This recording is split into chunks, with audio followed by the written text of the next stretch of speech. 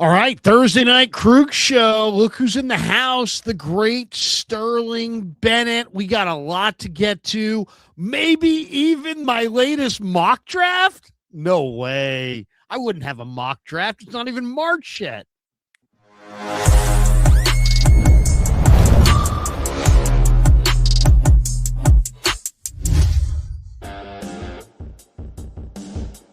Off and rolling on the Krueg show, brought to you by Pig and a Pickle. The best barbecue in all of Northern California is Pig and a Pickle. Check them out there in Emeryville. They're in Corte Madera. They're open 7 days a week from 11 a.m. to 8 p.m. or until they run out. They got a brand new location opening in 2026 in Petaluma. Thanks to Pig and a Pickle for being the title sponsor of the Krueg show. Also, thanks to Sleeper. Big thanks to Sleeper. They've been with us all year. Quick shout out to our friends at Sleeper. You already know Sleeper for fantasy football and daily fantasy, but they're also rolling out something new called Team Picks. Team Picks is built right into Sleeper, and the Sleeper app lets you make simple predictions on game outcomes. Instead of worrying about player stats or setting lineups, you're just choosing which team you think is going to win. So it's designed to be straightforward and easy to understand. So if you're already on Sleeper for fantasy, it's right there waiting for you. If not, if you're new to it, Sleeper continues to be an all-in-one platform for following your teams and staying connected to the action. And thanks to Sleeper for being a proud sponsor of the Krueg show. Well, guess who's in the house on a Thursday night? The one and only Sterling Bennett back with us. The crowd's going crazy. Actually, wrong soundbite. The crowd's going crazy. I was hoping for the gong of all of them. The crowd's going crazy. There we go. Yes. Yeah, but the crowd is going crazy because Sterling is outstanding as usual. And we're lucky to have him with us. All right. Let's not give him too much, though. That might have been a little loud. Sterling, we got a lot to get to, like we always do. Daniel Jeremiah stopped by with the 49er media throng. The longtime NFL draft analyst held his annual pre-draft conference call ahead of the scouting combine. And he just gave, reporters around the league a chance to ask about, team-specific strategies and that kind of thing. And I guess Eric Branch of the Chronicle participated, and he asked Daniel Jeremiah which prospect could make sense for the Niners at 27. And Daniel Jeremiah says, if the 49ers looked at a physical edge defender in round one, he pointed to two names. He said, if you're looking for that big physical rusher that kind of fits those specs, to me, Missouri's Zion Young, he's 6'5" and a quarter, 262 pounds. He would fit those specs. I know TJ Parker's not quite as big, but he's almost 6'4", 263 pounds out of Clemson. Both those guys can kind of be heavy edge setters, but can really rush with a lot of power and strength off the edge. So he kind of likes those guys. Interesting. They're definitely interesting names for sure. He says those would be the two from the edge rush group. He believes either could provide a boost to the Niners pass rush, which obviously was bad. They were dead last in the NFL. They had 20 sacks. And then he was also asked which wide receivers could be in play. And, the Niners have a big issue at wide receiver. I mean, Brandon Ayuk has played his final snaps for the Niners, whether he's traded or released. He's done. Juwan Jennings is probably priced himself out in free agency. He very well could be done. Kendrick Bourne wants to come back, but how much do they want him back? Sky Moore's a free agent, coming off the best year of his career. He told me he'd like to be back. Ricky Pearsall is still under contract, but he's battled injuries. That's limited his kind of overall growth. So Jeremiah believes the Niners would have plenty of options if they prioritize speed and explosiveness. And he goes on to say, in terms of the receivers looking for somebody who can really, really run, there's going to be a lot of options there. KC Concepcion from Texas A&M has got elite speed. He's got a couple punt return touchdowns to throw in the mix. He runs away from everybody. He's got some route polish to him as well. The thing with him is it's just the drops. He had 7 drops this year, so you're going to have to you live with some of that. But he's going to give you explosive plays to go along with it. But that's somebody who would fit real speed, the real speed portion of it. He said Concepcion's vertical ability would add a dynamic element to Shanahan's offense, though ball security obviously is going to be a concern.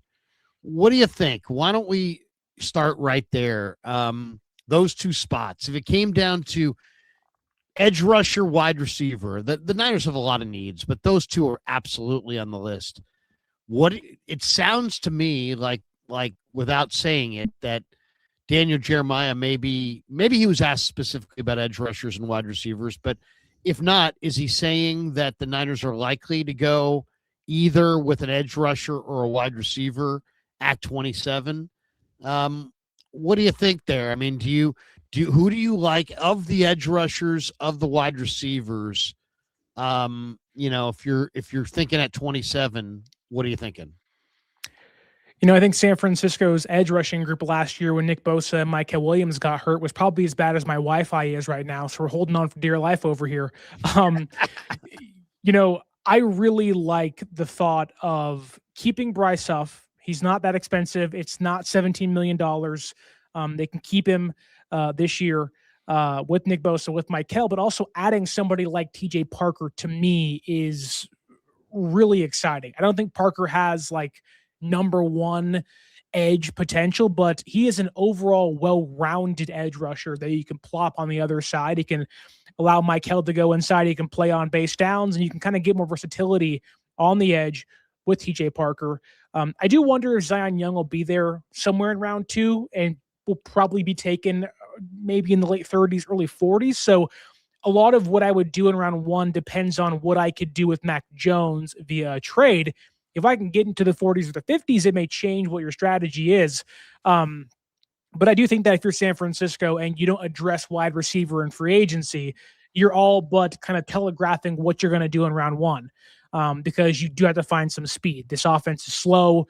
They're rigid. They're getting older, and younger guys on the roster that you hope that can grow have not really reached their potential just yet. So I'm not the biggest Concepcion fan, simply because the drops and somewhat of the not limited but less expansive route tree.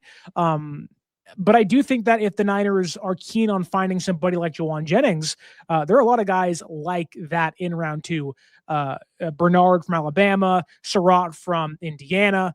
It really depends on the archetype they want to bring in on the offense. If they want to replace Jawan Jennings, there's guys there. If they want to get some speed, I think even waiting for a player like Zachariah Branch from, I think it's Georgia, right. He may be there in round 2 somewhere. That's an option for them. But if I'm a Niner fan, I want a wide receiver. I'm really hoping, I don't think it's going to happen. I am hoping and praying Omar Cooper Jr. falls from Indiana, makes it past the Rams and guys like that, because that dude to me is the perfect Niner wide receiver out there in the draft this year. I'm not sure exactly what direction, I wouldn't limit it to the pass rusher or wide receiver at 27. I do kind of think that in that 27 range, unless they get really fortunate, might be good to see if you could trade back a little bit. And I think, sure. See if you can get a couple players, maybe get an extra pick or 2. But, if they are sitting at 27, Carnell Tate's going to be gone. Mekhi Lemon's going to be long gone. Jordan Tyson's going to be long gone. I think Denzel Boston's going to be gone. I think those 4 guys for sure are gone. Now, Concepcion is going to be gone as well if he runs like I think he's going to run in Indy. Like right now, he's kind of viewed as fast, but is he 4.4? But, he could be 4.29. He's really cooking. And so if he does run a crazy 40, I could see him being gone. So, then you're looking at, what are you looking at? You're looking at getting the 6th best wide receiver in the class or the 7th best wide receiver. To me, I would almost rather go in a different direction than wide receiver, and maybe in round 2 I get lucky. Zachariah Branch is only 175 pounds. Maybe he falls to the second round because of that. Chris Bell tore his ACL. I think Chris Bell, of all the receivers, I kind of like Chris Bell for the Niners. I think he's the guy. He's got some size and speed, run after the catch. He's coming off an ACL. Yeah, can play X. Trent Baalke would be all over him. But but I really do like Omar Cooper. I really like Jeremy Bernard. I think in that second round, Chris Brazell from Tennessee, Malachi Fields, depending on what kind of 40 he runs, Ted Hurst from Georgia State, Brennan Thompson from Mississippi State, who's going to run an incredible 40, Josh Cameron. There's a bunch of guys there, Reggie Virgil, that are going to be there round 2, round 3. And it's all going to be kind of, how they run, how they work out. The combine's going to make an impact and separate some of these guys. So, I mean, I agree with you. I love Omar Cooper. He's strong. I love Jeremy Bernard. Malachi Fields, I just don't think is going to run a good 40, but if he does, the guy that I love is Ted Hurst from Georgia State. And if he runs a great 40, like, that's the guy for me. I would try to angle for that guy somehow, some way. I'd even reach for him if I felt like if he shows at the combine that he's a top tier runner, because I mean the film shows a guy separating because he's at freaking Georgia State. You know what I mean? It's like, of course he's going to separate. Well, so that's how I feel about the wide receivers. I mean, I really, really, think that they need 2 guys. They need 2 receivers. They need a burner, an absolute burner who can scare people and make gigantic plays. And then they need that continuity piece. And to me, it's like, preferably if they could get, a little bit of size with their speed guy, like Chris Bell, I think is big and fast. And he's 220 pounds. I would love Chris Bell in round 2 or Ted Hurst in round 2. Or Brennan Thompson in like round 3, something like that, as a burner. Branch maybe in round 2. But there's a guy that I really like late. I looked at Barryon Brown from LSU recently, who's another burner. He's going to run in the 4.2s. But when I was watching a bunch of these receivers, the guy that stood out to me was Jeff Caldwell, the 6'5", 200-plus pound receiver who started at Lindenwood and then transferred to Cincinnati.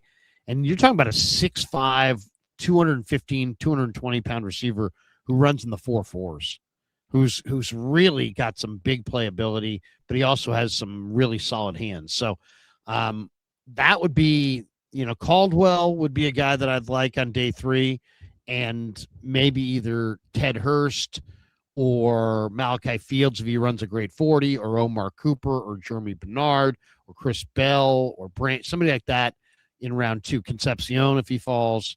So that's how I kind of see the wide receivers. Now, the edge group, I mean, you've got super special Reuben Bain and David Bailey, and they're going to go in the top 10, and maybe both in the top 5. I mean, they're really dominant players.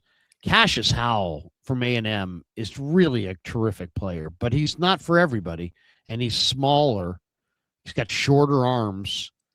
Then there's T.J. Parker, who's got long arms, like really long arms. And he's got a really strong, long-armed pass rush where he'll give you that long arm, and he's got like 5 different moves off of his just long arm, single arm coming at you.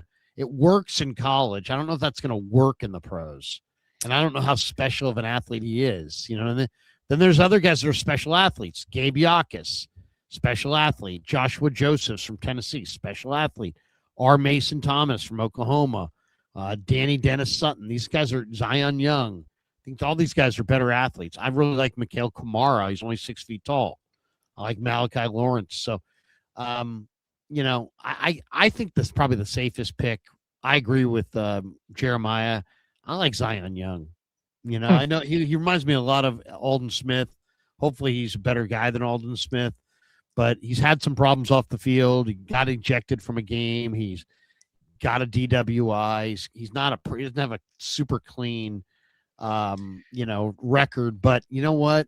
He's big and athletic and dominant, and he's got great speed, quickness, endurance. I think that's the monster. When you watch a great defensive end, the word that has to come out of your mouth if you think he's really good is what a monster, because he looks like the kind of guy that would just destroy quarterbacks, and that's what this guy looks like. I mean, he's got range, he's got strength, he's got leverage, he's got balance.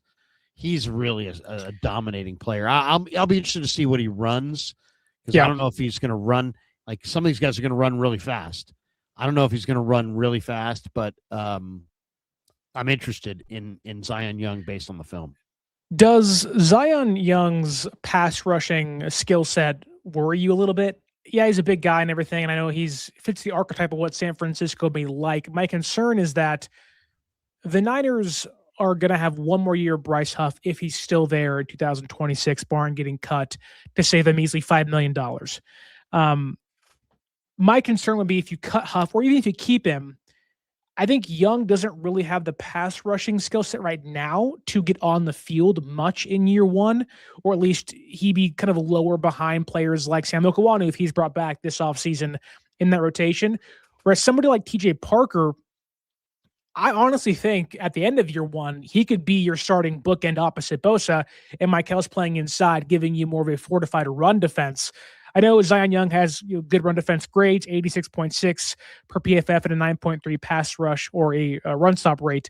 I just like what Parker, I think, brings to the table more than Young does. I think he's, in a way, that kind of bruising, powerful, lanky, just getting your grill and push you aside type of edge rusher. And I think if San Francisco wants to go that route, have maulers on the defensive line that can take up double teams and are lengthy and free up Bosa more, or even free up Parker because Michael's going to be out there too. I think I'd go Parker in this case, but if Zion Young's there, in the 40s or 50s, I can see San Francisco saying, hey, let's take a chance on this kid if he's there at our second round draft pick rather than our first round pick, because 27 to me, we talked plenty of times during the offseason of I'm earmarking the draft to improve the defense over the offense, right? I'd spend on receivers in free agency, on the offensive line, on tight ends and whatnot in free agency. And I'm all for trying to find that next great defensive core in the draft. Maybe it's me, but I truly do value what Parker brings on day one more than a player like Young will, at least in my own eyes. Yeah, I mean, one thing I see, they're both really good. They're both really good. I think Parker might be a little bit more technically advanced. He understands leverage, I think, a little bit better, but I think Zion's a better athlete. I think he's stronger. I think he's quicker. I think he's in better shape. He doesn't have, the one thing about TJ Parker, he's got some midsection. I mean, for an edge rusher, generally they're super ripped and in awesome shape. He's not in awesome shape. He's a really good player. But and then maybe that's a reason to like him even more, because eventually maybe you think you can get him in awesome shape. But to me, you watch Zion Young is ripped at that size, where there's a little bit of a belly there for Parker. So I don't know. To me, that's some bad weight. We'll see. They're both. I don't think you can go wrong, to be honest, between the two of them, because I think they both are really good. But I can see what you're saying, though. I can see what you're saying. I do think Parker's got a little bit more day one of an arsenal of counters and things that he can do that are a little bit more advanced. But I think he's also a little bit more advanced because he's not quite the athlete, where the other guy's just like the baddest athlete there is. And he needs some, some tutelage. He needs some coordination of his hands and feet and that kind of thing. Would you be opposed to San Francisco drafting a cornerback in round one? I know you've been on the Ronaldo Green trade wagon this offseason, and it wouldn't be opposed to trying to find the next starter, whether it's this year or next year in the draft. But would you be opposed to San Francisco taking a chance on a cornerback at pick 27 rather than going trenches? Well, I would not. I would absolutely be open-minded to it because I really think it's an important position. But it's a matter of, I don't think that. I think the way this draft pans out, I think you got a handful of corners that are going to go in the top 20, and that would be like both the Tennessee guys, Colton Hood. I like Jermod McCoy the most, and then I between those two. Mansour Delane from LSU is absolutely number one. I mean, he is LSU just has a few guys that are just really. I mean, I'll say this: I had an old scout tell me that he feels that LSU players are better than the other players. This is years ago. And that they recruit better, they get better athletes. And I'll say this, man, there's a lot of LSU players that I really like in this draft, considering I saw them against Florida and they were thoroughly mediocre.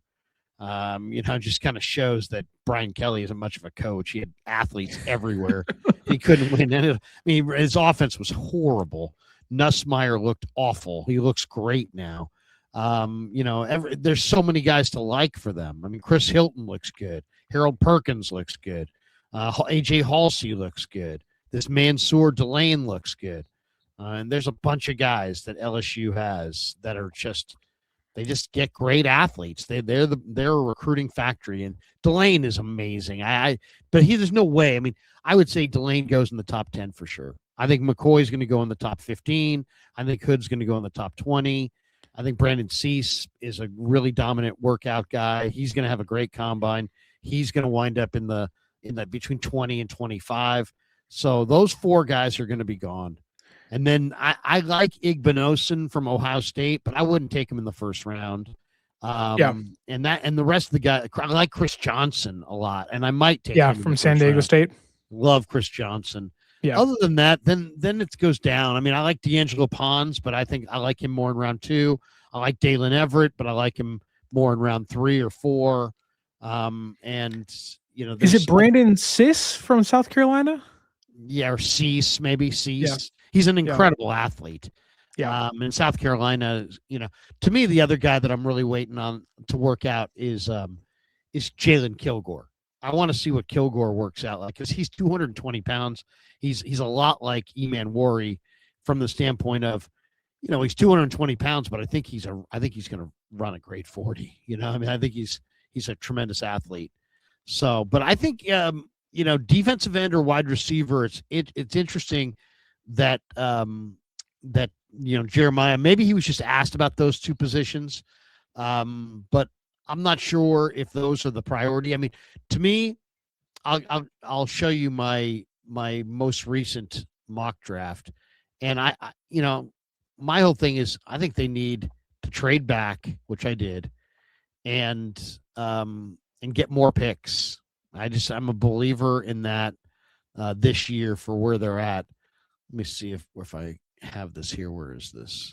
Do you think they should trade back even if they're able to get, let's say, a second-round draft pick, wherever it's at, for a player like Mac Jones? Or would you stay put at 27? Well, I mean, in that case, you could have your cake and eat it too. You could see who falls to you at 27. But if you like I have here, you're going to have lots of picks. I like the idea of volume. Why? Because you're not always going to hit on every single pick. You're going to miss. There's a miss rate.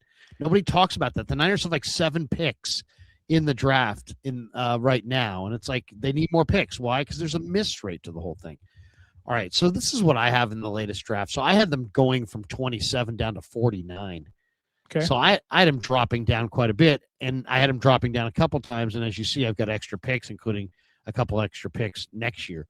But this is what I went with. I went with Chris Bell out of Louisville, just big, fast receiver who's coming off an ACL. But I just love this kid. He reminds me of Terrell Owens. He's kind of like a poor man's Terrell Owens. He's super jacked. He's strong as hell, but he's a run after the catch guy.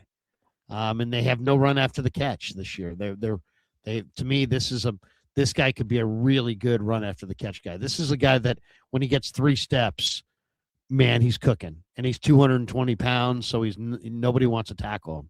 So I started with that guy. Then I went with Dieter's guy, Josiah Trotter from Missouri. Interesting. Who I think is just a violent linebacker who can run and hit. I think he's better than his brother. He's more like his daddy. I think he's a thumper, inside linebacker, intimidator. I love Josiah Trotter. I think he's one of the safest players in the draft because he's not an awesome downfield cover guy, but he is such a thumper. He's a day one starter opposite Fred Warner, I think. Inside linebacker. Where would he play, Will or Sam, next to Fred in your eyes? I think he can play. I think that's the beauty of Trotter. I think he can play weak side or the Sam. I think he's strong enough to play the strong side, but I think, if you wanted to go with a 5-2 alignment, you could keep him on the field. I think he's got good enough movement ability to be a weak side backer. Do you think he's, with the way they kind of tried to use Nick Martin, or at least what he showed last year in a very, very, very small sample size, kind of being that blitzing, fast, downhill linebacker, do you think Trotter and Martin would be redundant, or do you think that Nicholas Martin may not even have a future because of the concussion stuff? Yeah, I'm not worried about that right now because, here's the thing. You got to have that position filled. And, redundancy, adding Harold Perkins and a couple picks later might be considered redundant too. But Sure. Harold Perkins is absolutely. When I watch film, I thought Harold Perkins that is the fastest second level defender that I've seen this year. He played a star role for LSU, where when I say star, that's what they call their hybrid safety linebacker. He's a pass rusher. They'll blitz him off the edge.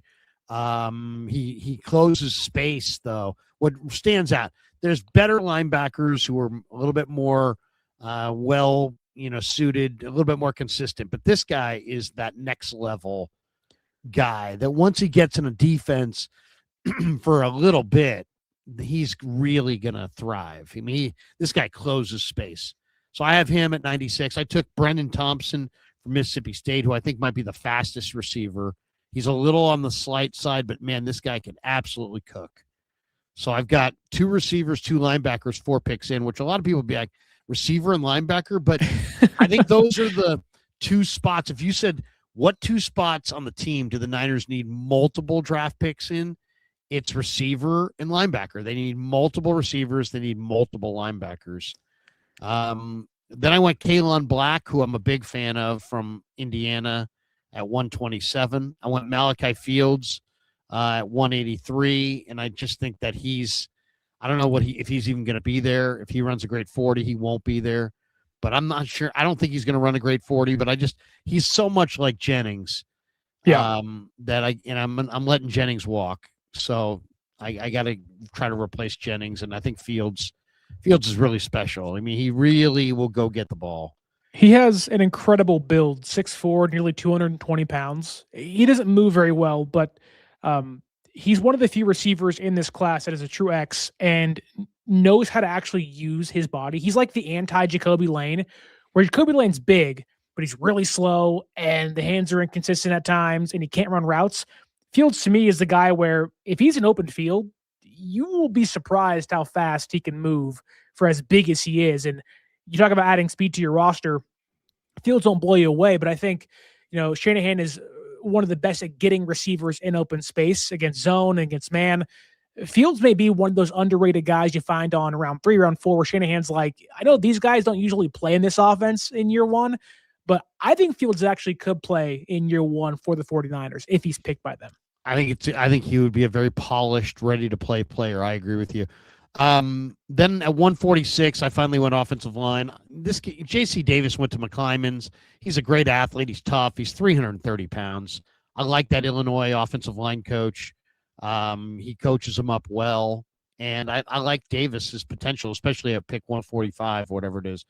Then I went Rayshon Benny from Michigan, who I think, Kenneth Grant got a lot of attention. Mason, the guy went to Cleveland, got a lot of attention. This kid, Rayshon Benny, is 318 pounds and can move his feet, very athletic. I really like him. Still developmental type player, but I really like him. Dalen Everett from Georgia was a 5-star recruit out of high school. Got to get a corner with some size if you're going to play in a division with the Rams and Seahawks. And Everett's was, as I said, a 5-star corner. I really like him a lot. Then 187, I went Keyshawn Owens, very fast running back who you can throw it to out of the backfield. I just think there's a lot of speed there. He's really dynamic. 219, I went Mikhail Kamara. I mean, I love everything about him. He's 6 feet tall, so that's why he's fallen to 219. But, I mean, this guy is awesome. I mean, if the Niners get Mikhail Kamara at 219, I'll be doing cartwheels. This guy can absolutely rush the passer. He's just 6 feet. He might be 5'11". He might even be 6 feet. But is he related by any chance to Mo Kamara? I don't know if he is or not. I'm just asking in general from the Dolphins. So. Okay. I don't think so. almost the exact same traits. Really small guys that can get to the quarterback and have great speed and are great athletes, but they're just undersized. Yeah. And have the same last name, funny enough. Then I as you can see, I traded back and got a bunch of picks in the 7th round. I took flyers on guys that I like, and James Thompson from Illinois is a big rumbling defensive tackle who looked great in the Shrine game. He's quick. This guy's quick at 319 pounds and tough. That guy's really a good player. Emil Wagner from Notre Dame is a 308-pound offensive tackle. He's a developmental player. He's probably going to play at like 330 someday. He's got weight he can put on, but I love Wagner. I think he's well coached and smart and dedicated. Pat Coogan is not much of an athlete, but I think, he won the MVP of the Rose Bowl. And if you're the Niners, I think you got to find a little bit more powerful body center than you have in Brendel. And I think Coogan could challenge Brendel for his job. In the last 2 picks, I love these guys. Jeff Caldwell is a big receiver from Cincinnati who runs 4.4 and has got long arms, 6'5", 6'6". I'm eager to see what he runs in Indy. I think there's a chance he runs in the 4.5s. If he runs sub 4.5, he's not going to be there at 246 or whatever. But I really like Jeff Caldwell. And then this last guy, Miles Rouser, is just an old school throwback safety. I mean, this guy just wants to kill you. I mean, he just wants to. I mean, he comes rallying up, and he's 6'1" and change, about 195 pounds. And he just wants to destroy, seek and destroy. He's just a hitter deluxe. Lynch is going to watch this guy and be like, oh, this is an old school throwback, tone setting, special teams mentality safety.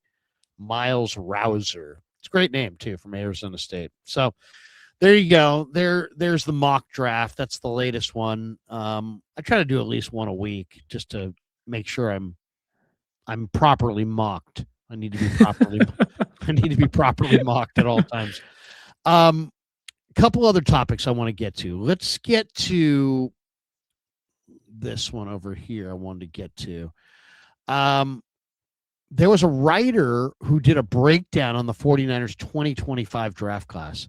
And if you hear 49er people who talk about, they're like, oh, well, we've had 2 really great draft classes back to back, but now the 24 draft class, because of Renardo Green's struggles and Pooney's struggles and injuries to Ricky Pearsall, doesn't quite look that great. Not to mention Garendo's not, what is Garendo? And, now 24 is not looking great. I thought 25 was a very good draft class, but the writer gave him a C-. What would be your grade for the 49ers 2025 draft class, the one they just had? What kind of grade would you give that? Yeah, I think it's pretty easy to be negative on the class, knowing you lost Mykel Williams for the second half of the year, and he'll have to recover from the ACL, and Nicholas Martin really didn't play much, and if he did play, it wasn't notable. He had 11 tackles and 1 forced fumble and didn't really start games for the 49ers. They had a lot of picks that just didn't play. And so that's hard to make an assessment on every single player when not every single player actually played the game. But from what we got a glimpse of, how do you not walk away impressed by Upton Stout, who I've seen some redrafts is going in the first round. And you're just like, if they got a first round talent or value in round 3, what an excellent pick. He looks awesome, making big plays in the playoffs against Philadelphia. I think Alfred Collins played probably more than they wanted him to, but they needed him to play a lot on the interior. He had so many big plays early in the season, the big punch out against the Rams at SoFi, but, being a big part of their win against Philadelphia again and doing what he could to help stuff the run and get to the quarterback. And although we didn't see much of him early, I really liked how West came along late against the run paired with Collins on the interior. And then, you didn't really see much from guys like Watkins and James, and Siegel played a little bit, but I don't know. I feel like I would give it a solid B. There's a lot of room to improve. There are some big questions going forward of, can Mykel recover, and can the pass rush plan improve, and will he be the same guy once he returns? Can Nick Martin finally get on the field and be a consistent contributor, and will Kyle Shanahan unleash Jordan Watkins and Jordan James in year 2? Fingers crossed they can. But even for a guy like Connor Colby, who, Iowa offensive lineman, they're on the wide zone, wasn't supposed to start at any point this year. He wasn't great by any means, but a 7th-round draft pick started, and it was a part of you winning games early on in the season. That needs to be accounted for. So, Yeah. I think it's a solid B overall grade that has room to go down with guys can't get on the field and play. But also, if Michael pops and he's awesome, this becomes an A grade in my opinion. But that is again remains to be seen. I would give it, C minus seems really hyper negative. I mean, I like to count, just basic count how many guys did you add to your football team that you think are football players. So I would say McKell, Collins. I think Nick Martin he had injuries, but I definitely think he showed enough that he showed me he's a football player. That's 3. I would say Upton Stout's 4. CJ West is 5 right there. I love Jordan Watkins, so I'll say 6, even though he didn't do it in the regular season. Jordan James, I think, showed something. That would be 7. He's an NFL player. Who's the next guy? Siegel? Oh, Siegel. Yeah. There's no question. Siegel, I think, is a player. And Rourke's a question mark. Colby's definitely at least an NFL backup. Bergen's the only guy that's really not NFL. I would say on volume alone, yes, is there a Hall of Famer there? No. Is there is there a Pro Bowler there? Yeah, I think there's some Pro Bowlers there. I think Stout could make a Pro Bowl, but it's not littered with high-end guys, but just on volume alone, when you're getting more than 6 or 7 guys added to your roster that can be role players or play role, some either as starters or in the mix, guys who play for you, and you get 7 or more in a draft, and they look like they've maybe gotten 7 in this draft. So I would say it's a B minus. I give it a B minus. Maybe it's not an A because of the lack of star quality, but just on the volume alone, I think it's got to be in the B range. Whether it may not be a B plus, but I would say it's got to be a low B just because of the volume. You got a lot of picks there. There's a lot of contributors. That's how I kind of see it. Now, and these things change year to year, right? Marquise Siegel comes out next year, makes a Pro Bowl, and all of a sudden it's like, whoa, look at that draft. Or if Mikael Williams comes out and he hurts himself again, and CJ West and Alfred Collins bomb out, and Nick Martin has concussions, never plays, you're looking at this class and going, what the heck happened here? So, that's why you got to give this thing the most absurd thing of the grades the day after the draft. Yeah. That's the day after grades. I mean, I'll even say, hey, I like this guy, I don't like that guy. But I mean, come on, grades. We're talking about grading out stuff the day after the draft. That seems a little extreme. Do you look at the NFL draft and how players progress similar to how NBA players progress, where NBA players, less players in the court, and they can have an impact quicker, I guess, in that regard. But I think you should wait truly 3 years, unless something drastic happens with a player, to put a kind of final grade on them. Like Michael could be okay next year, but it could be great in year 3 or vice versa. Like I think 3 years really is the window where guys can pop sooner, but guys really kind of get accustomed to the NFL and grow into their bodies and the scheme and the system kind of around year 3, at least in my opinion. Yeah, well, it's for 3 years for a lot of reasons. 3 years for injuries, 3 years for off the field character concerns. 3 years is a good amount of time to kind of show who you are as a player, as a person, as a worker, as an entity, right?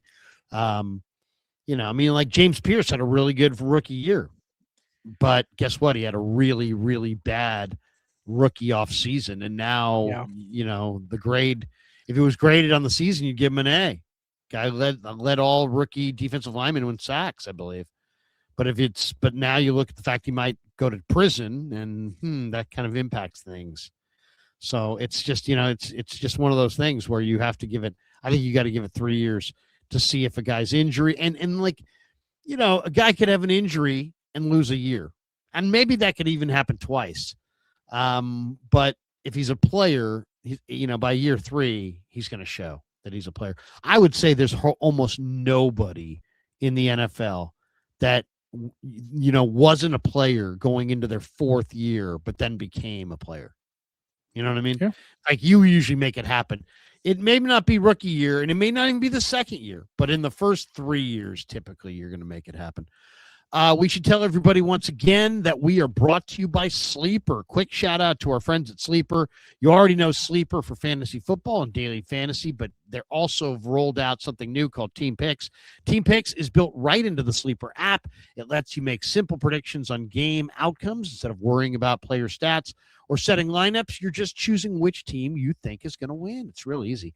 It's designed to be straightforward and easy to understand, and it is, especially if you like following games closely, but you don't want to deal with all the added complexity. So if you're already on Sleeper for fantasy, it's right there waiting for you.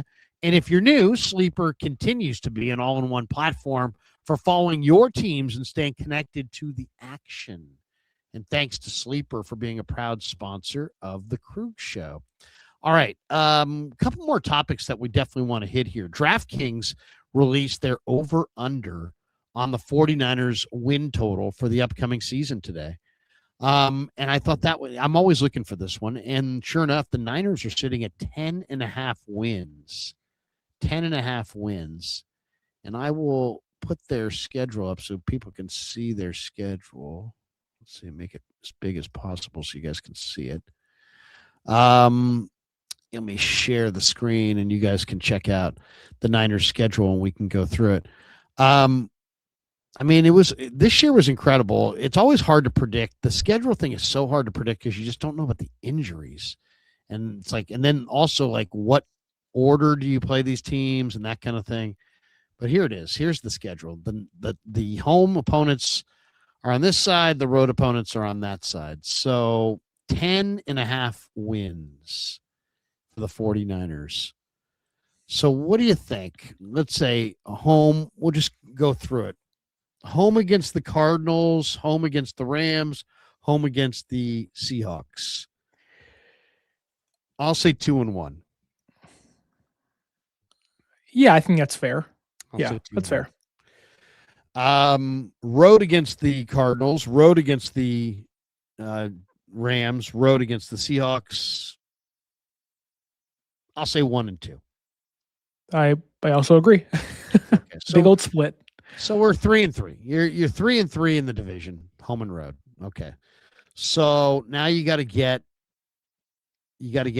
7 or 8 more wins. 8 if you're going over, 7 if you're going under. All right. At home, do they beat the Eagles? I think so. Okay. There's one. Do they beat the Commanders? Ooh. Commanders may bounce back. I think they will. I don't know what that defense looks like next year. It was really bad, and I don't think they can fix it in one off season. Okay. Do they beat the Vikings? If Mac Jones is playing quarterback, probably not, because the defense has still got Brian Flores. I'll say out of those 3, I'll say 2-1. 2-1 out of those 3. Sure. So now we're at what? 5-4. We're 5-4. All right. Now let's go to Denver. Do they beat Denver at home? No. Do they beat the Raiders at home? Yes. Raiders. They better. They better. Yes, they beat the Raiders at home. Do they beat the Dolphins at home? Yes, but that might be a 40-point blowout for all we know. Okay, I'll say 2-1 there. So now basically we have 2-1, 4-2, 7-5, I think.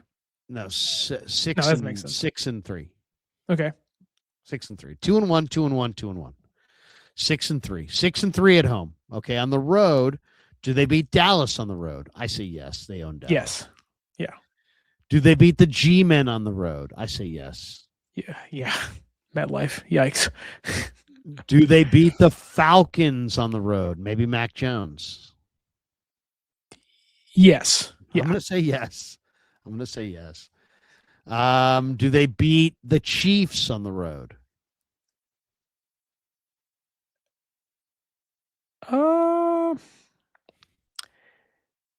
This is why I wish I knew when this game was.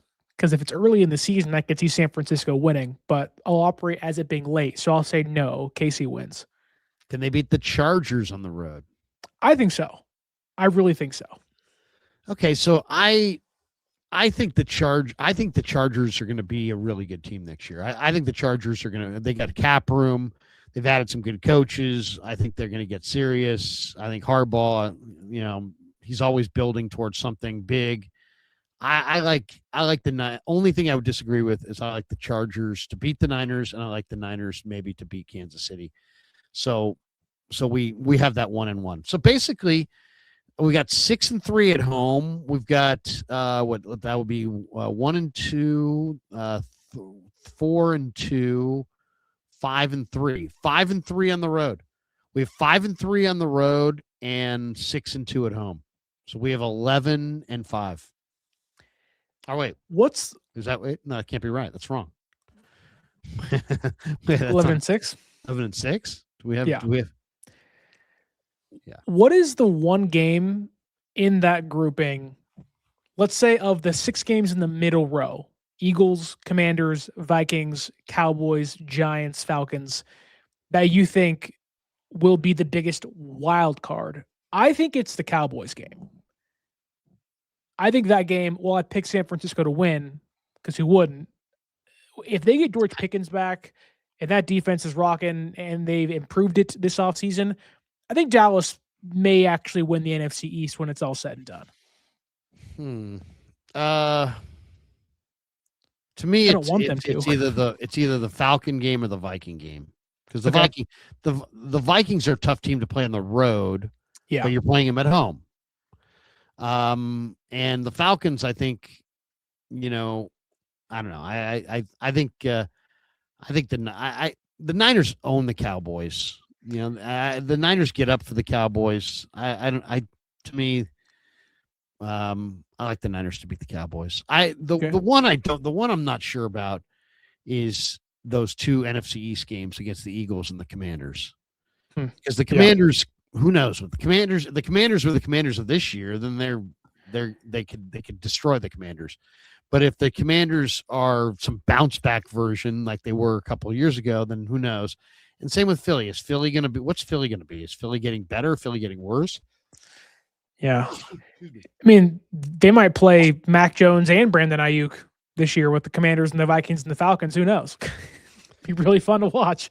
Yeah, I mean, I think Brandon Ayuk could be a Commander. Yeah. Don't you think? Feels all but guaranteed. Yeah. I know one thing I was going to ask you. I saw earlier today. Let me see if I think I have this here.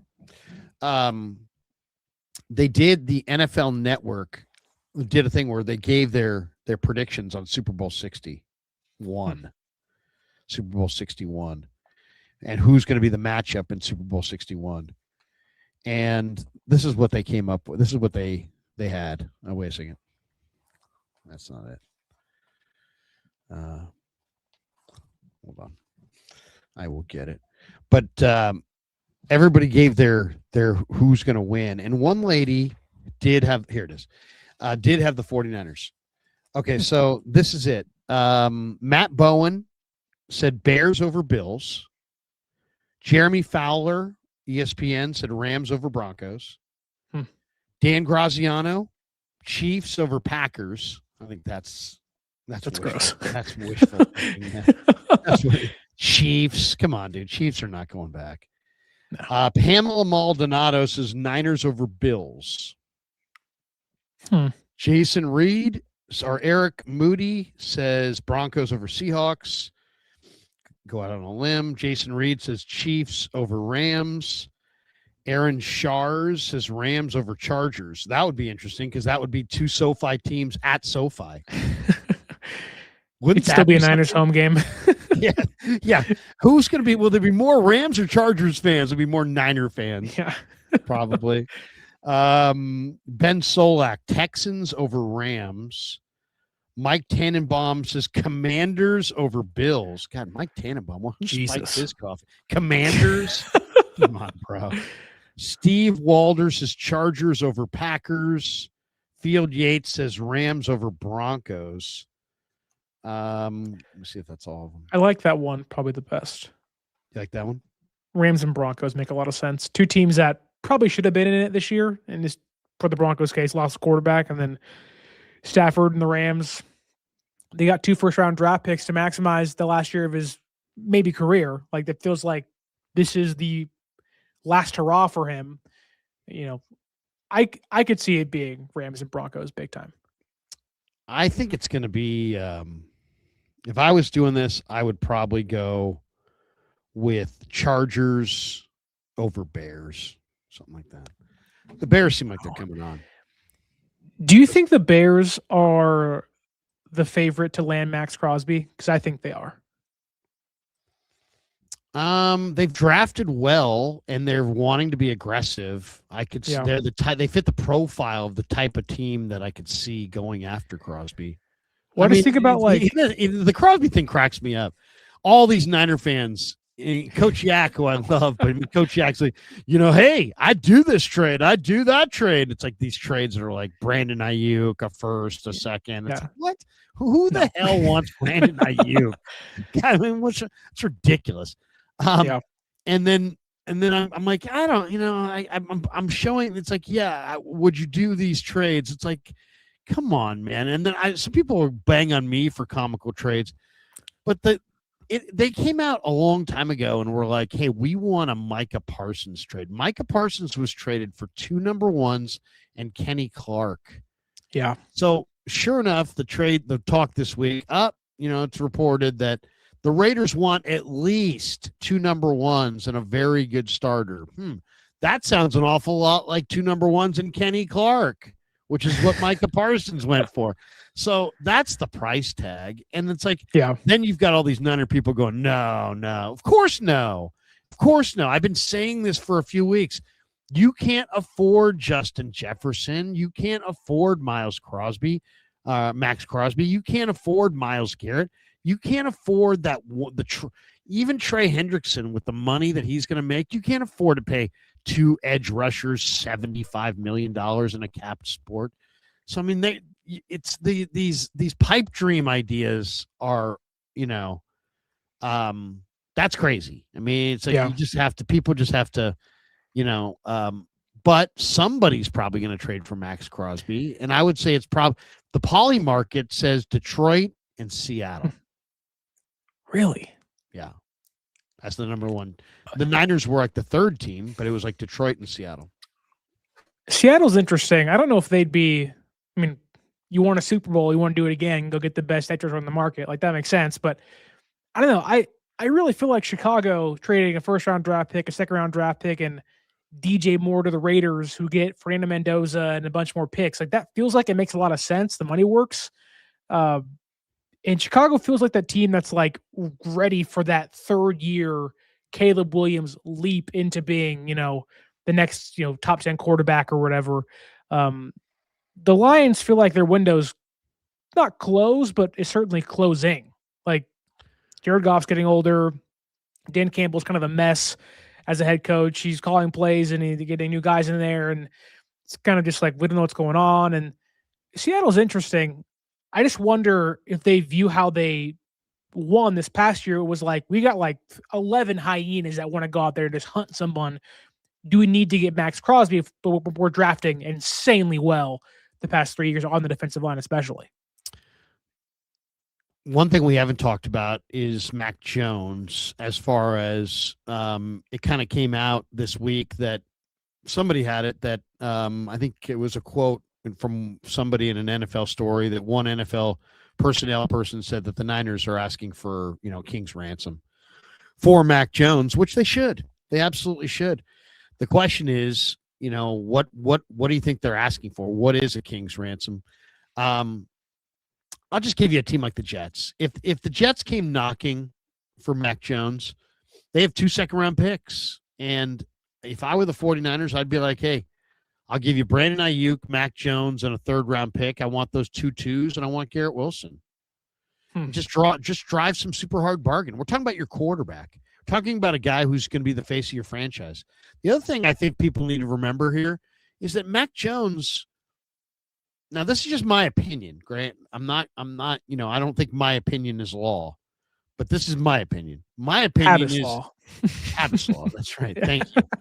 And thank you to Habbas Law. My opinion on this show is brought to you by Habbas Law. There you go. 1-800-INJURED. They will fight to make it right. They will fight to have me give my opinion. HabbasLaw.com on the web, 1-800-INJURED. We love Habbas Law. Thanks to Habbas Law, Omar Habbas, Tarek Habbas, and the entire Habbas Law team. If you need a good attorney, they're the ones. If you want to win, call them, 1-800-INJURED. Thanks to Habbas Law. We'll talk more about them in a bit. Now I lost my train of thought. I was in my Habbas Law. Your opinion, Mac Jones, not Law. In my opinion, Mac Jones is better than Sam Darnold. Mac Jones is smarter than Sam Darnold. Mac Jones is more accurate than Sam Darnold. Mac Jones processes better than Sam Darnold. Mac Jones played far better with the 49ers than Sam Darnold ever did. Sam Darnold has got a bigger body, maybe a little bit stronger body, maybe a little bit stronger arm, but that's not what makes quarterbacks great. What makes quarterbacks great is their ability to process and throw with anticipation. Jones is better.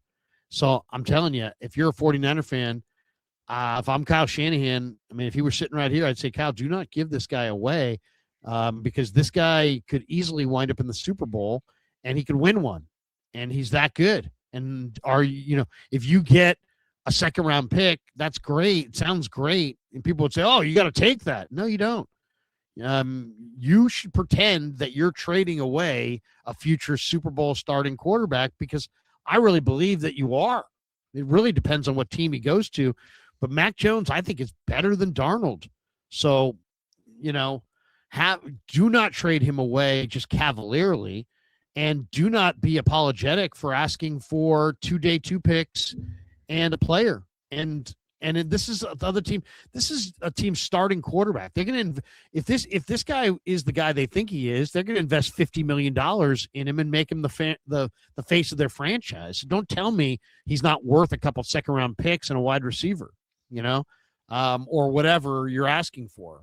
But I mean, if I'm the Niners, I would drive a hard bargain on Mac Jones, and then I would try to move him, and then I would replace him with Kirk Cousins. I think Kirk Cousins is going to be the next quarterback for the Niners. That whole tweet earlier this week about Kirk Cousins saying he watched the rise of the 49ers. The guy's got $300 million in the bank. I mean, I'm a Niner fan. I even looked at it as kind of like almost a homework assignment to watch that thing. Nobody's watching 4 hours of a documentary just for giggles. He must feel like he's coming here. And he must feel like, hey, I'm going to have to answer questions about the Niners. I may as well know everything there is to know about the 49ers. Otherwise, I mean, do you really think he just is a big football fan? Or do you think – I think it's a dead giveaway that he absolutely – because think about it. Who's going to give Kirk Cousins a chance to start? There's talk about Minnesota, but I don't buy it. Yeah, me neither. And then so what do you got? He's in Atlanta. Atlanta needs a quarterback, but they're not going to go with him. They're going to release him. And then I've heard Raiders, but I don't think the Raiders are going there. Jets, Cardinals, those are the teams I'm hearing. Those are bad offensive lines. I mean, if I was Kirk Cousins' wife or of his kids, I'd be like, Daddy, why do you want to play? I just want to win a Super Bowl. Okay, well, then why are you playing for the Cardinals? Why are you starting for the Jets if you want to win a Super Bowl? If you really want to win a Super Bowl, you're going to back up Brock Purdy and play for Kyle Shanahan, or you're going to play on another good team as a backup. You're not going to try to force a start. Why would you force yourself to start? You've made $300 million. You don't need another 275-yard afternoon for the Jets in a win is not going to change anything. But if you win a ring with the Niners, maybe that does change things. So, I think that tweet was a dead giveaway. He's coming here. Yeah, I think Kirk and Kyle have been trying to find a way to play together. You let Kyle coach him since they left Washington, and it's been a long time coming, but this, I think, is the year. This is probably Kirk's last year in the NFL. Maybe it's not, but it seems like he's inching towards retirement. He's looking for an opportunity to ring chase. The Niners are probably the best place for him. Comfortability with the coaching staff. Niners are going to be in the playoffs, at least barring health, next year. And I think him backing up Brock Purdy, gives you a very similar impact like Mac Jones, right? But probably a better arm or at least a willingness to throw downfield if the receivers are out there for him. But on top of that, I think Curtis Rourke having a player like Kirk Cousins in that room could help him as he goes into year 3 in 2027. But kind of reeling things back into Mac Jones, I have 2 questions for you. And it's one I've gotten a lot because I do think the Jets are desperate enough to give you at least a second-round draft pick for Mac Jones. Maybe it's a second and a fifth. I don't know, but I think at least a second gets you Mac Jones if you are the Jets. Aaron Glenn's kind of a sitting duck. Woody Johnson's a terrible owner. That whole thing could fall apart by week 5. Mac Jones could preserve, I think, Aaron Glenn's coaching career for at least one more season. But a lot of people amongst Niner fans believe that the Niners won't trade him to a bad organization. And the Jets are historically a terrible organization. Do you think that plays a factor? No. Or okay.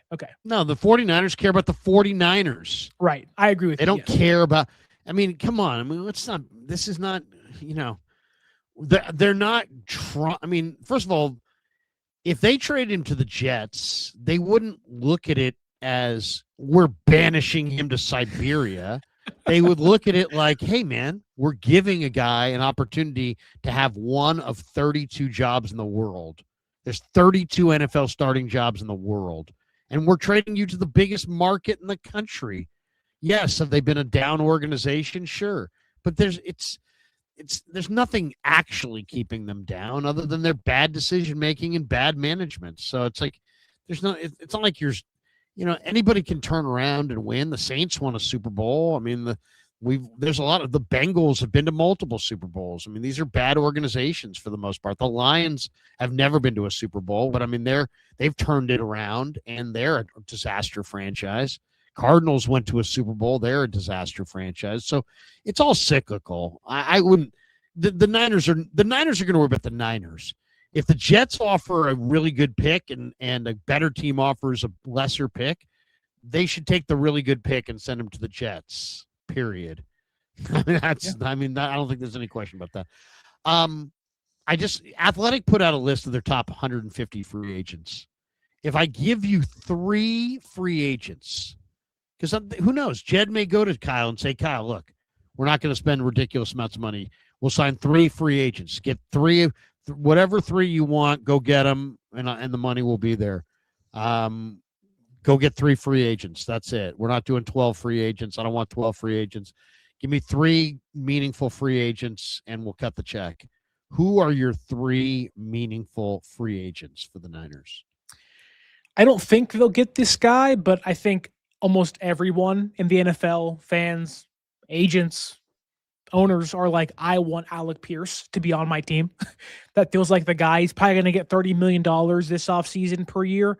But he is the belle of the ball of the free agent class. He's young, explosive, fits San Francisco's offense. If you're not going to pay a ton of guys and you're going to just pick 3, that to me is like one of the biggest offensive threats. And on top of that, Kyle Pitts too. Like, you want to get dynamic and crazy and run 12 personnel, 13 personnel, go get Kyle Pitts as well. So I would pick Kyle Pitts and Alec Pierce.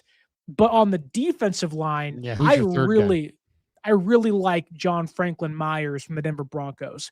Interior pass rusher, veteran guy. He's not going to get the Javon Hargrave contract, not going to get that big of a deal. But he'll start for you next to Collins. He'll give you in great rotation with West. Maybe you sign somebody else and you draft another guy this year. But I really want John Franklin Myers in San Francisco. Yeah, that's a great name.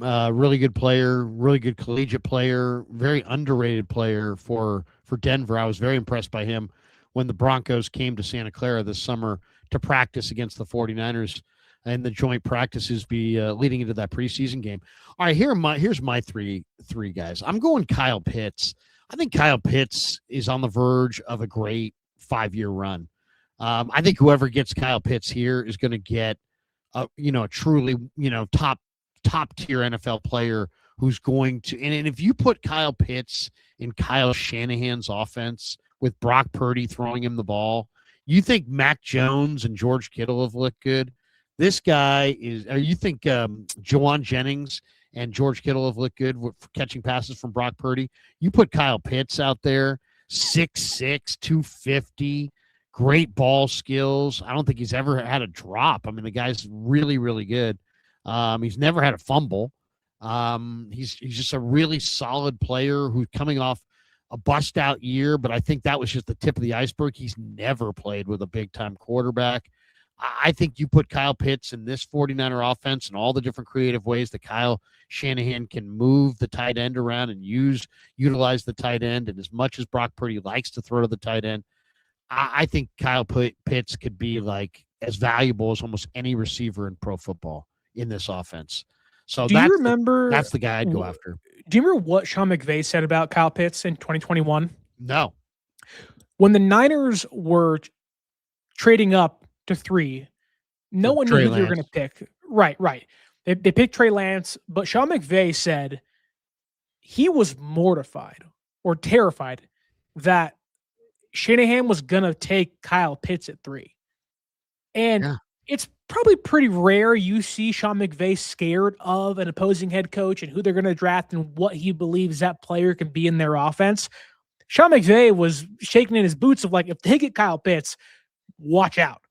And so whether it's McVay doing it to Kyle this offseason and maybe getting Pitts himself, or Kyle finally getting Kyle Pitts on the San Francisco 49ers, I think you're right. He's a guy that kind of has bloomed a little later in his career, but it does feel like it's finally clicked, and now he's ready for a big contract and to be a big-time productive player wherever he goes this offseason.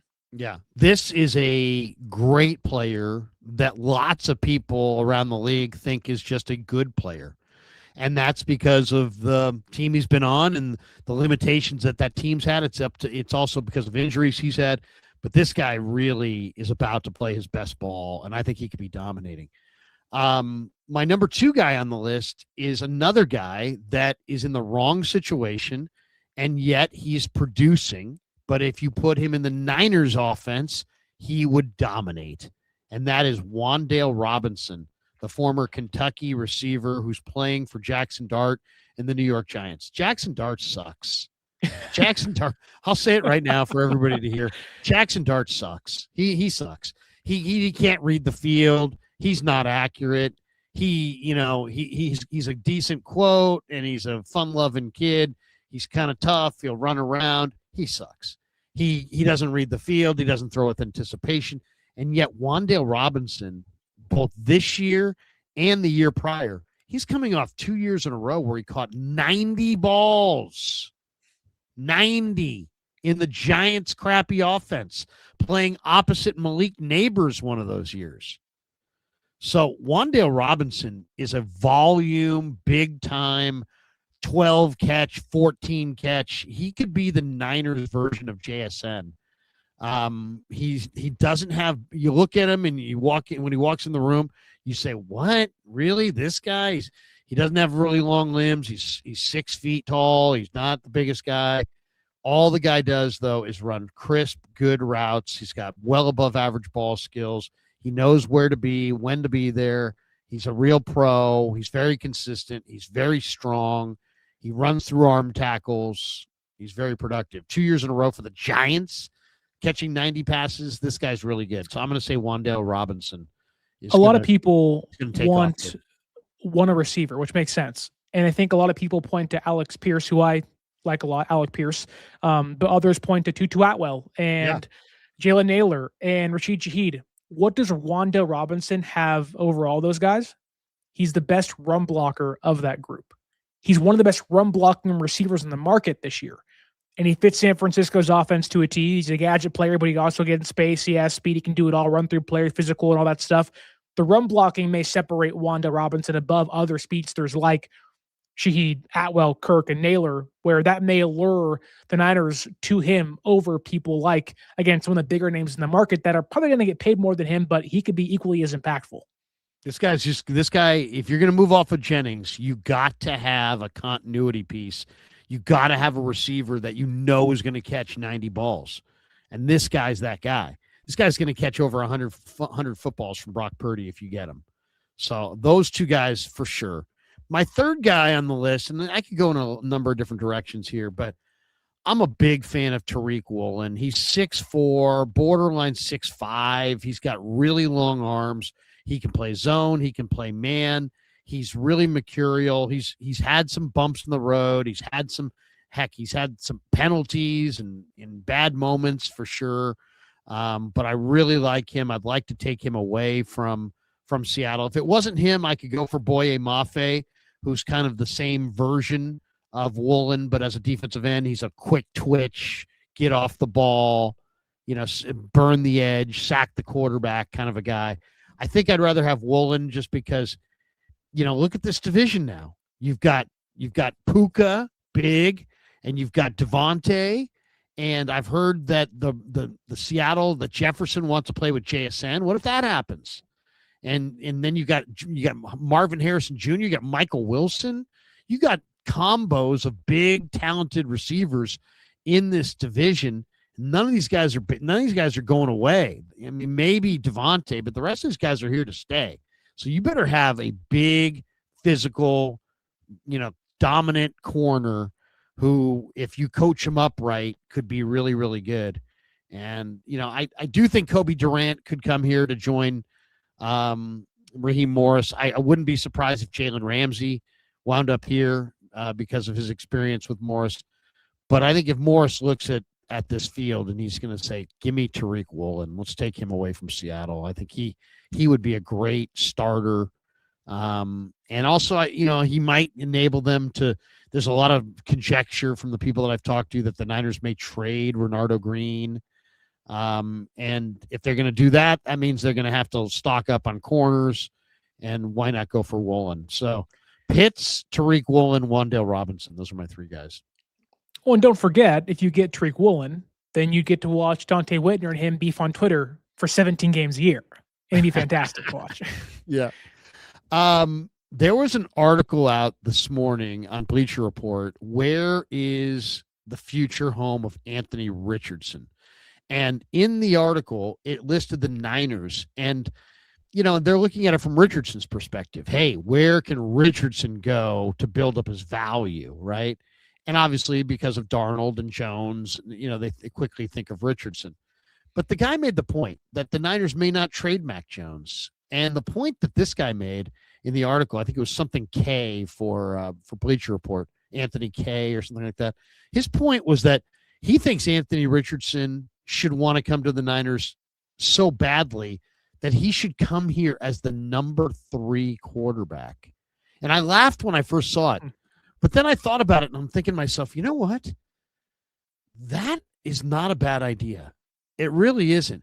I mean, if the 49ers are going to be able to close this gap on Seattle, the Rams, and all these top-tier teams in the NFL that may have passed them by, the fastest way to close the gap is to get more assets. The fastest way to get more assets is to hoard quarterbacks, establish a surplus, and just keep trading off that surplus because there's going to be a dearth of good quarterbacks. And I mean, I know people, the first thought would be like, no, Krueg, Richardson sucks. Hey, no, Krueg, Darnold sucked. No, Krueg, Mac Jones sucked. That's why they need to be reclamation project quarterbacks. Zach Wilson stinks right now. There's the options are not good. But Anthony Richardson is 6'4", 245, and fast. I mean, we're talking about a legitimate 4-4 quarterback with maybe the best arm of almost anybody out there. You put him as your third-string quarterback and rehabilitate him for a year or two and maybe have some kind of goal line package, some kind of tush-push version where you use Anthony Richardson somehow and some package on the goal line if you want to develop that. What do you think of the idea of just bring an enormous talent here, make him your third? I mean, did Sam Darnold really improve here? He may have, but you know what? Who would know? He didn't play. He played one game at the end of the year against the Rams, and he lost. But he was deemed as rebuilt. So Mac Jones actually played well and showed that he was rebuilt. But we have an example where Darnold cashed in just because the image was better after being a Niner. So all I'm saying is go get an enormous talent like Anthony Richardson. Let him be your number 3 quarterback. Tell everybody that wants to ask you about him how much he's developed and how amazing he looks. Every time Shanahan's asked about him, he should just say, he takes my breath away with what he can do in this offense. And you just keep dangling that carrot, but you keep him behind Brock Purdy, and then you spot him late in the year in some game, let him play great, and you trade him for a first-round pick, or you trade him for a high second-round pick. You trade him. This is going to be how the Niners catch up to Seattle and the best teams. Keep going for the reclamation quarterback and go for him in number. Get Mac Jones. If you can trade him, great, but go get Richardson. Make him number 3. Draft somebody that you think's got. Keep going for quarterbacks. Establish a surplus. Maybe you're going to be able to pick him better, coach him better, and probably trade him better. What do you think? There's a lot to that. I think the idea of hoarding talent and then trading it away for draft picks or other assets to help improve your roster is, I think, one every team would like to accomplish, right? And I, for one, coming out of the draft, would, I think, agree with the thought that Anthony Richardson, from a prospect standpoint, may be the most physically gifted draft prospect ever. The arm talent, the size, the speed, the body. That said, I don't think the 49ers should be trying to acquire Anthony Richardson. I don't think he fits their style of offense. I don't think he has the touch on the football. And I think you'd find yourself in a situation similar to how we saw Trey Lance in 2021, where you use running wildcat at the goal line, which he's much bigger than Trey Lance and a better runner than Trey Lance. That should be taken into account here. But Kyle tried the 2 quarterback thing. It didn't work. He had to table it. And Lance couldn't process fast enough, couldn't target the middle of the field enough to Kyle's liking. He gets traded away for a 4th-round draft pick. Exactly. He absolutely stunk, and they still got a 4th-round pick. Right, but there was unknown to Trey Lance. I don't think there's much. There's some unknown to Richardson because of how things have gone with the Colts, but you're talking about a guy being quarterback 3, whereas Lance was, 2 years in, had an injury. He had played a total of 3 games. People have seen much more of Richardson than Trey Lance. I actually think Richardson is more likely to land in a place like Green Bay and replace Malik Willis than he is becoming to San Francisco. And that may fit him better.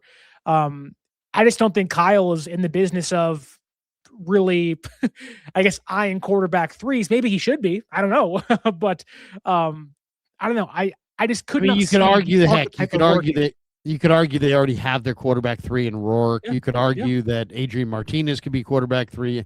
There's a lot of different arguments that could be made as to why to not go after Richardson. My point is, guess what?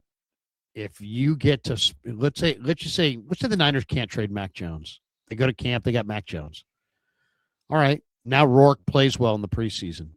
Dude, you're going to be able to trade Rourke right then and there. If Curtis Rourke played great in the preseason, looked really good, and the Niners had Brock Purdy and Mac Jones, they could literally trade Curtis Rourke right then and there for a player or a pick or some combination thereof. That's how this is a commodity that teams are so desperate for, that if you can prove that a guy's good, teams want him. And a lot of times it's about image. What did Darnold really prove with the Niners? Nothing. He didn't prove anything. But he was viewed as he's new and improved. He's all better. And sure enough, Minnesota gave him a 1-year prove-it deal. He went there, he kicked butt. He kind of established himself and then went to Seattle and now won a Super Bowl. So I think the Niners are the king of the reclamation project. They could do it again. Personally, I like the idea of hoarding quarterbacks. Trade Mac Jones for picks, go with Brock Purdy, sign Kirk Cousins, bring in Anthony Richardson, and then have a little competition this summer between Richardson and Rourke. And who knows, maybe trade them both. Maybe they play great and you trade them both. I would use the quarterback trade angle as the way to get more picks, get more assets, and try to compete with Seattle, because it's the one advantage that you really do have.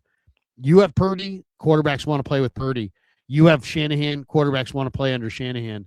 You've done it twice with Darnold and Jones, so you've already kind of shown that you can do it.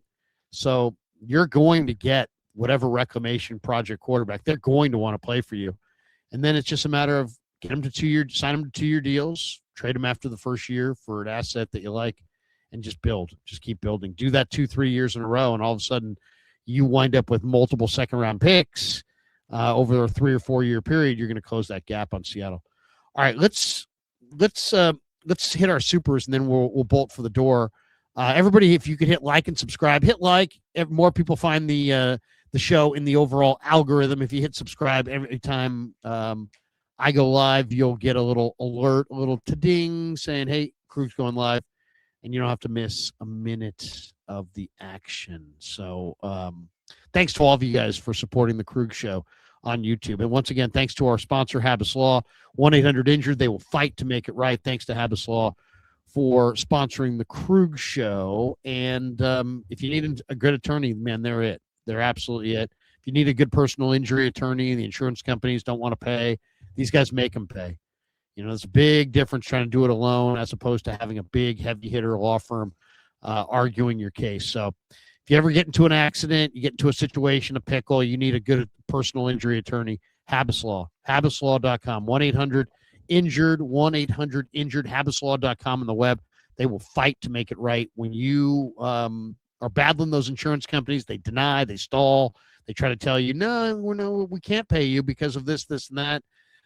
These guys say, no, you're paying, and here's why. They've got a lot of experience, so there's only one call to make. All you got to do is call 1-800-INJURED and let Habbas do the rest. All right. Sterling, you'll have to read these for me because my contacts are not really strong right now. So fire away. We only have 3 of them or 4 of them today. All right, we got JC-NY-Niners gifts $5. Thank you so much. And they say if they have to go receiver or defensive end in round 1 and 2, shows how they feel about Micah Williams, Ricky Pearsall. 2 hype picks have to use free agents to find or to fill receiver and edge. They can't draft it. Yeah. Well, I mean, look at this thing. I mean, they drafted Solomon Thomas. If he had been a stud, they wouldn't have drafted Javon Kinlaw. If he had been a stud, they wouldn't have had to sign Javon Hargrave. You know, it's like that's what they've done a lot in this regime. They've double drafted. Well, we'll draft Trey Sermon in the 3rd round. We'll come back with Elijah Mitchell later. Well, guess what? You could have had 2 running backs if you drafted well. Instead, the first guy was a bust. We'll take Joe Williams early. We'll take another back late. You know, it's like Joe Williams was a bust.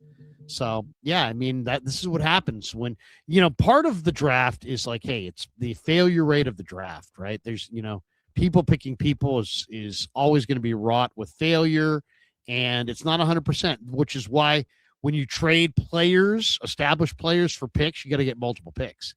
You got to get multiple bites of the apple. I'll trade any player for a pick, but not for a pick, because a pick can be a bust. But if you get picks and you know what you're doing, generally you're going to win.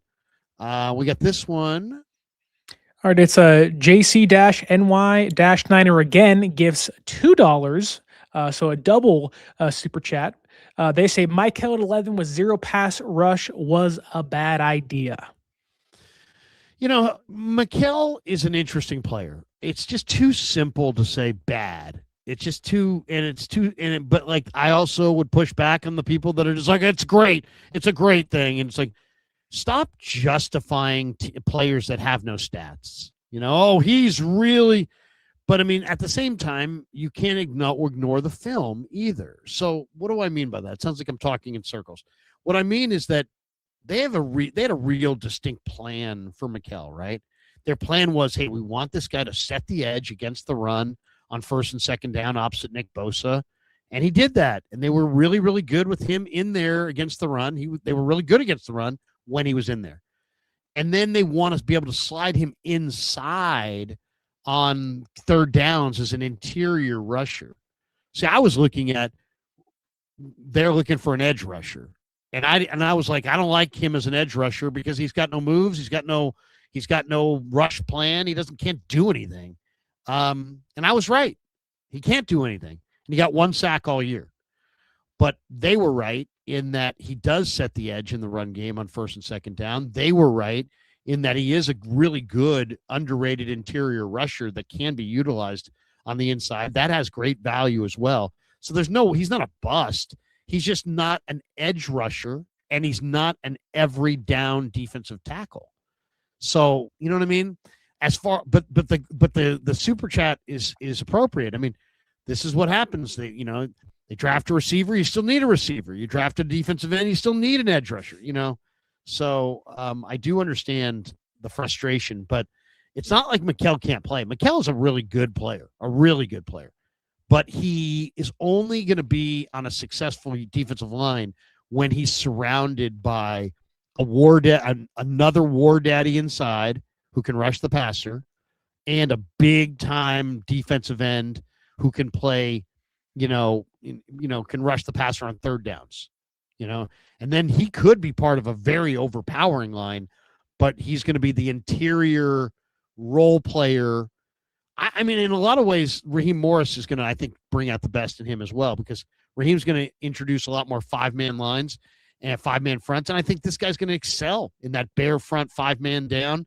I think he's going to be really good in that front. So I understand why people are frustrated. I'm frustrated. He's not a burn-the-edge, big-time edge rusher, and he's an undersized, part-time, situational tackle, and that really sounds pretty freaking awful when you're considering it was the 11th pick in the draft and you drafted this guy over Walter Nolan, who's like 290 pounds. He's 5-star, awesome, badass recruit who was great at A&M and looked great with the Cardinals. Right now, would the Cardinals trade Walter Nolan to you for Mikal Williams? No. And Walter Nolan went after Mikal Williams. So that was my point. My point wasn't that Mikal sucks. My point was that I didn't think he was a superstar edge guy.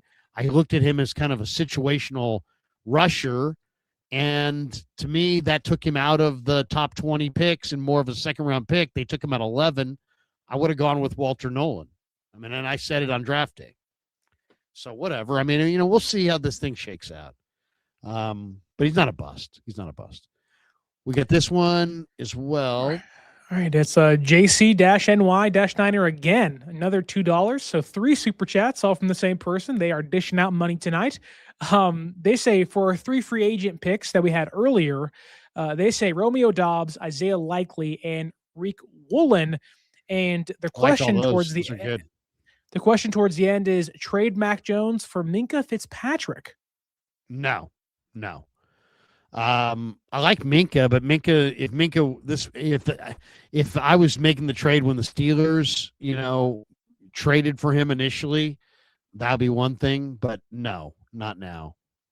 Not, he's played a lot of football. What has he got? 3 years left? No, Mac Jones is worth more than Minkah. I mean, Minkah in a second, sure. I feel like I'd also rather have Jalen Hawkins as a free agent than trade for Minkah Fitzpatrick.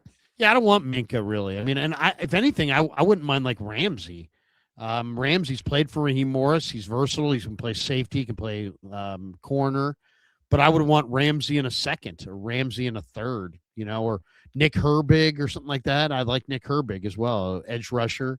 Nick Herbig in a third, something like that would make sense. We got this one.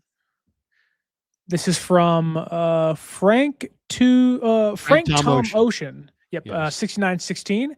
Member for 24 months. That is incredible. 2 years. That's awesome. They say 2 years, Larry K.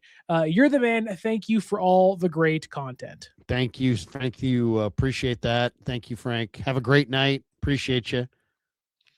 That's like Sir Malimal, 8580. He gives $5. He says, what about trading for Michael Pittman Jr., only making $23.3 million a year? That is not top 15 money. And last year of his deal, he's a bigger, faster, better version of Juwan Jennings, a low tier 1 wide receiver. Yeah, he's not my favorite guy. I'm not sure why, but this guy's been pretty good in his career. Do you like him? I do. That's the thing with the free agency class and trades of like, you may see a lot of people's asking prices, market values, and what you can get in the market go down simply because this draft class, you can get starters early on day 3, and teams may be not eager to make a trade for some guys. But if the Colts want to retain Daniel Jones and pay Alec Pierce, Pittman could be out there as a free agent, not even via a trade. So that can make it more enticing for San Francisco. And we got this one more. It's like Michael gives $5. He says Devin Lloyd had 5 interceptions last season, plays with speed and range. Niners need a dynamic player next to Warner with more upside. Would love Niners to sign Devin Lloyd. Devin Lloyd is awesome, man. He really is good. I mean, he was great at Utah. He's big. He's rangy. He's a great cover guy. Yeah, I mean, he's a blue chip linebacker. Now, you can get linebackers in the draft, and you can sometimes find them even on day 3, and I'd probably go about doing that. But, I mean, Devin Lloyd's a blue chip linebacker. They got nothing bad to say about him. He's lean. He's fast. He's getting better. He hasn't had injuries. He's a very good player. I would be very excited if they got Devin Lloyd. All right, let's finish with this one. We haven't mentioned this yet. This Greg. Did I mention Greg Rosenthal yet? Did not, no.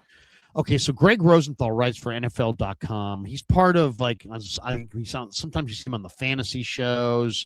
He's on a number of different shows on NFL, the NFL Network, but he also writes for NFL.com. He says, I can absolutely see Debo Samuel coming back to the 49ers on a 2-year, $12 million contract because he doesn't have a market elsewhere. There's been a lot of smoke around Debo. You heard George Kittle kind of reference, hey, we could have a guy coming back. You saw Debo hanging out next to Trent Williams at one of the Super Bowl parties, talking him up. You know, Debo obviously is done in Washington, and he doesn't have a lot of options, and I'm sure he would love to come back to the Niners. I just don't. I don't want to go back. And also, I definitely don't. If I go back, it's not for 2 years and $12 million. I mean, these guys have just, Kyle Shanahan, the Niners ought to just steal Kyle Shanahan's cell phone for like the next month and just take it away from him, because all of these cap casualty players that he used to be close with, I've said it for a long time. Kyle is warm. Lynch is warm. They're warm. And they're close with their players, and they're really close with their players. And this is, I think, can be a weakness. And now it's like, if these guys, I think Armstead and Greenlaw and maybe Mooney Ward and maybe, a couple other guys, definitely Greenlaw, definitely Armstead, maybe Hargrave, now Debo. These guys are all going to be out there. And if they're not out there this year, they're going to be out there next year. And they're all going to call Shanahan saying, hey, remember me? What about, let's get the band back together. And if I was Kyle, I would just universally no, and no. I don't want to go back to Debo Samuel. It's not that he absolutely can't contribute anything, but he has a big ego. He's going to demand the football. If you're going to draft, hopefully, some younger weapons, they need to be developed. They need to get the football, not a guy who's already played his best football, who's probably slow. The last time the Niners used Debo as a runner, he averaged like 2.3 yards per carry on running plays. So he's done, man. The thing is, the gig's up, the deal's done, it's over. Do not be sentimental and start bringing these guys back. I mean, that would be absolutely disastrous if Shanahan says yes to Debo and Armstead and Greenlaw and all these hurt former Niners. And then the fans are going to be, oh, we love it. It's like, no. Yeah, it would feel like when the Giants let Hunter Pence go and then brought him back 2 years later, and then he couldn't last a single spring training. And it was like, what are we doing? Like, this is all sentimental. It looks terrible. He's older. And I think Debo can offer you something. But a lot of people this offseason have mentioned, well, he's better than what they have in the room, which, okay, you're right. Now, to be fair, go get a better guys in the room. Right. A lot of things are better than what they had in the room. And you're in a stacked draft class. You have like legitimate, like tier 1, tier 2 receivers out there in free agency. And if you're sniffing around Debo Samuel, you've almost given up. Like, if you want to play into what Seattle wants you to do, get a aging, slower receiver and feed him the football behind the line of scrimmage. You're not going to beat the Seahawks that way. You're going to lose to them twice next year if you bring somebody like Debo Samuel back. And, we're missing the bigger question here. What number is he going to wear? Like, Pearsall's got 1, Cowling's got 19. Like, what's going on? Like, Debo, I love him, happy for him and what he's done in San Francisco, but no, it was about time he had to go. The offense, in my opinion, got better without him in it. If you plug Debo into this offense this year, I think Kyle has the blinders on. It's feed Debo, and you don't see Purdy push the ball downfield so much because Debo's like, hey, feed me. And they're like, we're losing while we're feeding you. So you don't get more dynamic by bringing back Debo Samuel. And San Francisco has to get much more dynamic this offseason. No question. No question about it. All right, that is going to do it for us. Thanks to all of you. Thanks to Sleeper. Thanks to Habbas Law. Thanks to Pig in a Pickle. Thanks to our good friends at Sharp Corners, Sports Cards and Collectibles. The great Anthony Catania is a great sponsor of the Krueg Show. We are going to spring training next week for a few days in the sun in Arizona. We'll be there the 26th through the 2nd, so we're really fired up about that. We'll do streams from Arizona.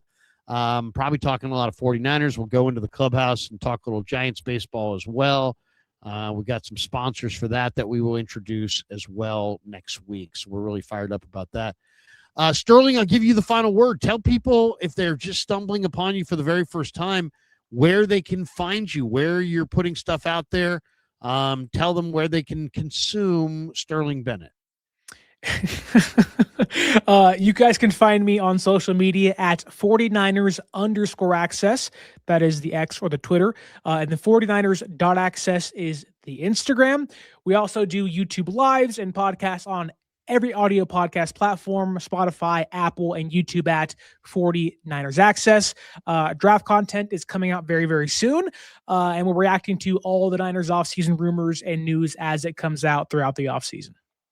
And on that note, thanks to everybody. Have a great night. Peace. Yeah, never met a man I've been scared of. Careful, you gon' get exactly what you